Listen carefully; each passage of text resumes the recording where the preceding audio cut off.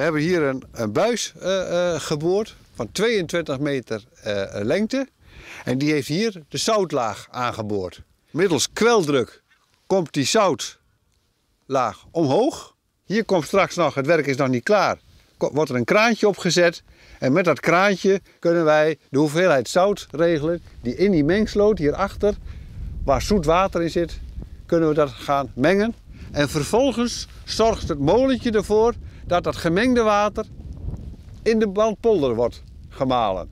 Doel hiervan is om de waterhuishouding te verbeteren, zodat de groen net meer droog komt te staan.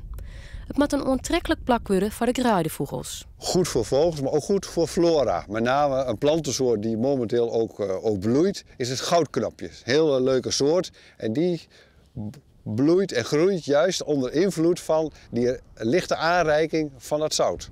De komende weken wordt het project aanmaken door de ondernemer. Het werkje in de natuur vergt het wel een speciale aanpak. De structuur, die moet je net bederven. En bepaalde plantjes die moeten we ook weer verplaatsen. Die zitten op kaders en die moeten weer verzet worden. Dat moet net gestoord worden. Anders komen ze net weer op een lange duur. Natuurliefhebbers kunnen de verroeringslikwas net van dichtbij volgen. Mensen kunnen er niet in, maar het gebied is heel goed te beleven. Ik heb hier ook mijn verrekijker bij me en ik mag hier ook graag komen om vogels te kijken. En dat is hier ook heel goed mogelijk. Het gebied is voorzien van een lange afstandswandeling aan de rand van de Bandpolder zelf. Daar kun je vrij wandelen, maar je kunt in feite ook langs de zeedijk rondom de Bandpolder kun je gewoon wandelen.